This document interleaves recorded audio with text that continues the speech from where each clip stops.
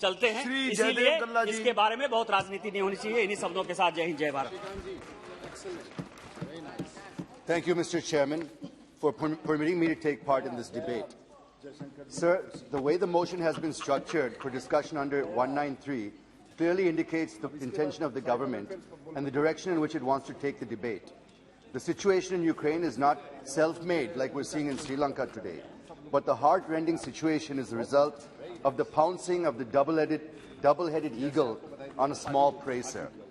Sir, I take this opportunity to express my sincere thanks and gratitude to Ukraine and its neighboring countries of Romania, Hungary, Poland, Slovakia, Moldova, and others who have extended exceptional support to Operation Ganga in bringing Indians safely back home from war-stricken Ukraine. I also thank our Honourable Prime Minister for his guidance and Dr. S. Jaishankar-ji for his exceptional leadership in times of crisis.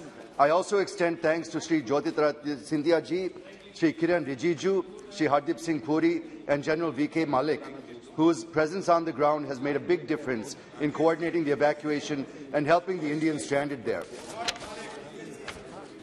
I'm sorry, V.K. Singh. My apologies, sir. Mr. V.K. Singh. Sir, Vladimir Putin's dream is becoming Ukraine's nightmare, and Putin's threat of interference by the West, particularly the US or its NATO member countries, and saying 4 times that Russia is a powerful nuclear state clearly indicates to what extent Russia could go if there is interference. The threat of chemical war is also of major concern, sir.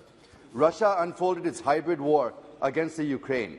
It includes cyber attacks on the Defense Ministry and 2 large Ukrainian banks, flared and intensified clashes between Russian-trained rebels from Luhansk and Donetsk and Ukrainian armed forces.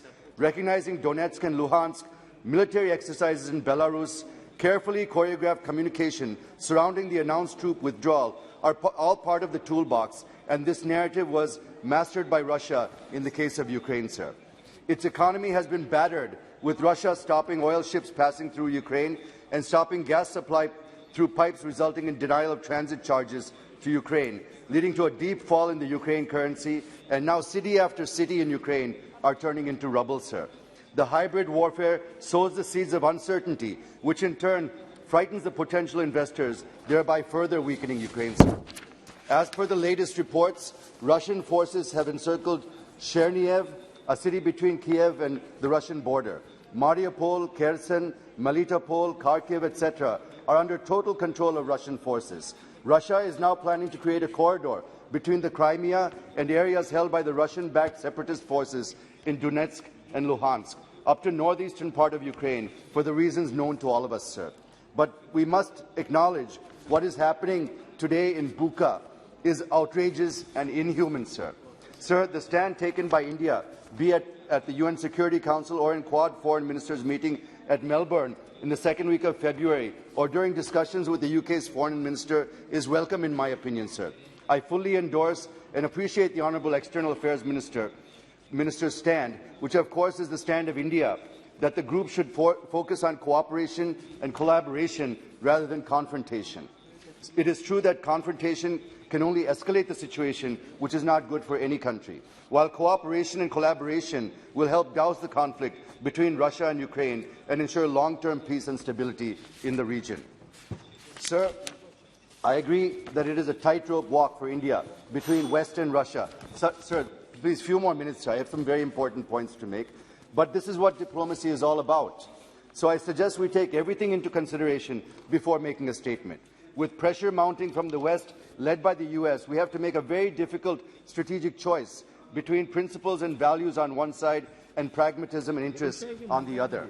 Sir, I am apprehensive that Russia-China alliance and the East-West confrontation is narrowing down our diplomatic space, and at times I feel whether the time has come where we need to move closer to the US, and whether the Quad Summit in May this year is one such opportunity for India to do so. So I wish that Honourable Jaishankar-ji would throw some light on this as to where India is moving. Sir, right from Nehru to Modi, we have been adopting non-aligned approach. We have taken sides or worked closely with world powers only when national interest is involved. And the examples are 1962, 1971 wars. But at the same time, Indian diplomacy has passed through rough weather when the USSR invaded Hungary in 1956 and Czechoslovakia in 1968 or Afghanistan in 1978. But here, in the conflict between Russia and Ukraine, I don't see any national interest involved, and hence the stand taken by the Honourable Prime Minister and the Government of India is welcome, sir. I am sure and confident that India will never kowtow to either the US or Russia or any other country for that matter. Sir, please, couple of more minutes. Sir, we were in a bipolar world after post-World War II. It moved into a unipolar world at the end of the Cold War. And now another change in the world order is taking place. Where are we going to stand at the end of this? Is it going to be another bipolar or tripolar world with China and Russia? Or will it be a multipolar world where India also will be its own pole? Is, I think, what we need to be looking for, sir. Sir, sir, I had a few points on the students. I'll skip to my... There's a few bullet points.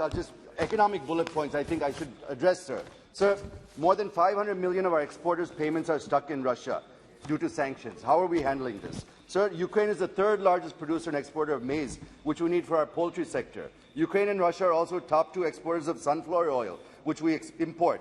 Along with sunflower oil, there's also the problem of getting soybean and palm oil from Indonesia since rates have skyrocketed. So what is the ministry going to do? What are the alternative arrangements to meet these demands? So Russia is also the second largest exporter of muriate of potash fertilizer, which we import.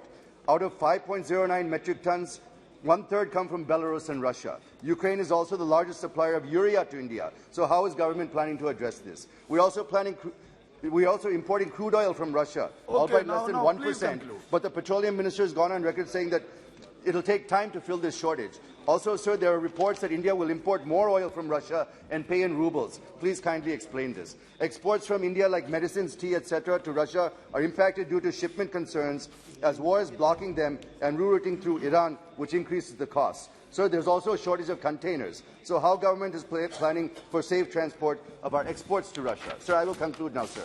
Sir, I would not subscribe to the statement made by Mr. Biden that the stand of India is shaky. I would not subscribe because earlier America had conceded that India was an exception among its allies. So a carefully calibrated stand by New Delhi, I feel, has created a distinctive space for diplomacy by not only maintaining equidistance between the two powers, but moving towards a multipolar world.